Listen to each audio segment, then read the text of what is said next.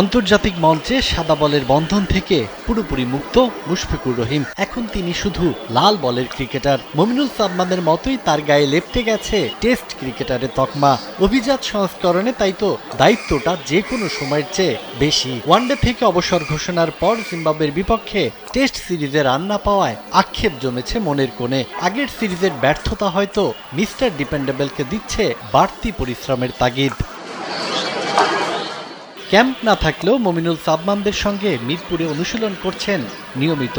Batting অর্ডারের ভিন্ন তিন জায়গার এই তিন ক্রিকেটার হতে পারেন শ্রীলঙ্কা সফরে বাংলাদেশের ব্যাটিং এর দেয়াল। ওয়ালটন আবারও মিলিয়নিয়ার অফারে ওয়ালটন ফ্রিজ কিনে আপনিও হয়ে যেতে পারেন মিলিয়নিয়ার। বিদেশের মাটিতে বাংলাদেশের প্রথম ব্যাটার হিসেবে ডাবল সেঞ্চুরির কীর্তি গড়েছিলেন মুশফিক। সেই গলেই 17 জুন শুরু হচ্ছে সিরিজের প্রথম টেস্ট।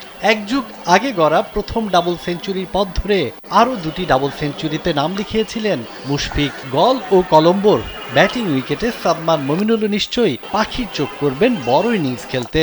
মমিনুল তো একাধিকবার 200 রাঙিনায় গিয়ে ফিরে এসেছেন। এবারে সফরে কি পাবেন ডাবল সেঞ্চুরির নাগাল? ব্যাটিং স্বর্গে সাদমান মমিনুল মুশফিকদের ক্ষুরোধার পারফরমেন্সই পারে বাংলাদেশকে ভালো ফল এনে দিতে।